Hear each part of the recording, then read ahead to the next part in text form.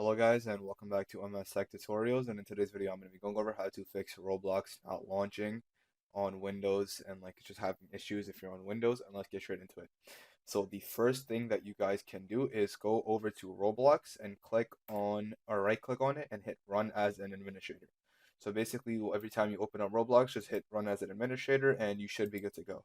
And if you might forget to do it, you can go to properties, then go to compatibility and click run this program as an administrator and hit apply, hit OK, and then hit apply. And then basically you don't always have to right click on it. If you just open it normally, it would automatically run as an administrator. The second method that you guys can do is simply delete Roblox and then reinstall it. So you can go ahead and just delete Roblox and then go to the recycle bin and then just delete it.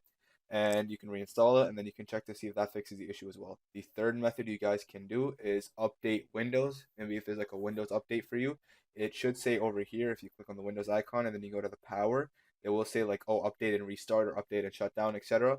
And yeah, and that is it for the video. These are all the solutions for this fix or this issue. And yeah, so thank you guys for watching.